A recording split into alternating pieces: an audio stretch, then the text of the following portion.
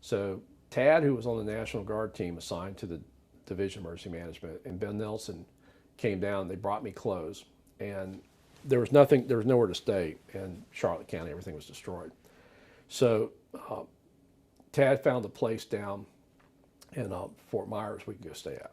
So we were having to drive about an hour and a half from Punta Gorda, where this county emergency operations center was, back to this place. And so we get up about 5 o'clock in the morning because these are long days. We're doing about 18, 20-hour days. So we go down and take a nap, get up. The first morning we got up, we get out the interstate. There's nothing. We actually get on the interstate and we go south. We go to the next interchange. And the only thing that had any lights on was the Waffle House. So we pulled in there and go into the Waffle House. And we get in there, and the first thing the lady said that was waiting on us said, well, look, we don't have everything. The only thing we can serve you is what's on these mimeograph menus because we lost a freezer. So everything we got is fresh. And so, they had the eggs and stuff like that. So we got breakfast, and they had coffee.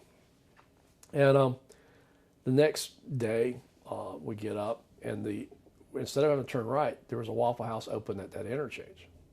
And we go in there. Well, the same guy that was cooking at the other Waffle House was up there. Well, weren't you at the other one? So, yeah, I came over from the East Coast. I'm helping reopen. It was the same deal. It was a mimeograph menu, but they were open.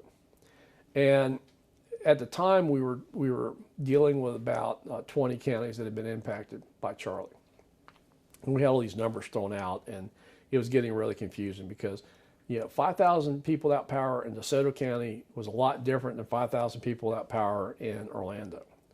So I said, look, guys, let's start color coding this. Red is bad, yellow, so-so, green, they can handle it. And we started doing that for everything from search and rescue status to the school openings to the EOC, all this stuff, debris, rescue.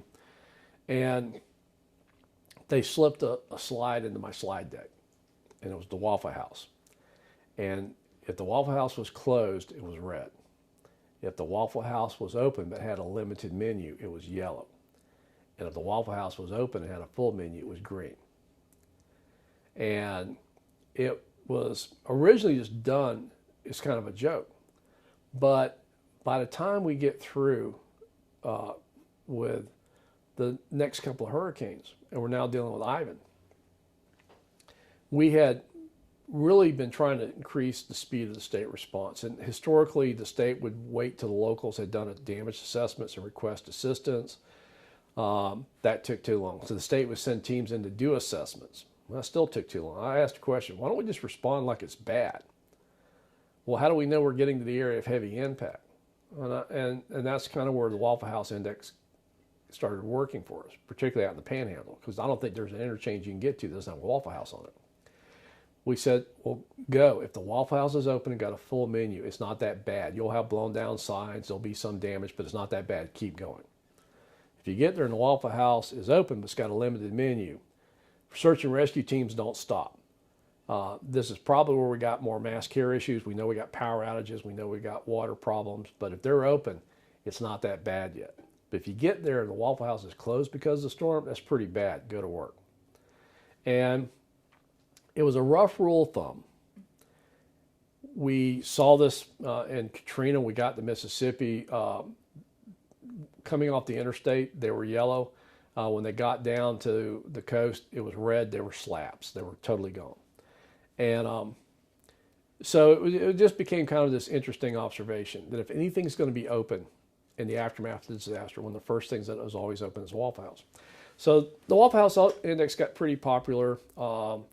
It was kind of a rough rule of thumb, but it was like looking for indicators. If you don't want to wait until somebody says it's bad and you're rolling in with help, where do you go to work? And so we were using it that way. By the time I got to FEMA, the Waffle House Index had followed me. I actually had an opportunity. The Waffle House folks wanted to come meet with me. I thought I was in trouble because we've been talking about this Waffle House Index, and they were pretty pleased with it. And I asked them, I said, how do you guys do it? I mean, and they literally have in their corporate office go trailers. They have the corporate team. The president is known to go work the grill. They will drive equipment, supplies. The CFO goes to the bank, gets cash because they've learned that you need cash in these sites. and they will go in and get stores open. And I said, well, what's the big drive? Well, it's kind of their reputation. They're never closed. They're open 24 hours a day. They say, they call them their associates, but said our employees don't make a lot of money. This is their job. If we're not open, they're losing money. And they said, we also have our customers. And they said, and they joke about this quite honestly, said, if we're not open, I don't think some people know where to go get coffee or breakfast. And they said, we've seen over time that if we can get open for a community, it's usually one of the first places, the day of something, that people can go in and get a hot cup of coffee, get a cold drink, and get something to eat. I said, well, okay, that makes sense, but how do you do it? They said, well, we just have a real simple mission statement. It said, get open. I'm like, most people's mission statements are like a half a paragraph long of all these qualifiers. They go, no, we just say get open. We inherently know that we can't make our customers sick or they'll never come back or trust us. So we got to take care of all that stuff. We got to make sure everything's sanitary. That's why we will only crank up and bring in what's fresh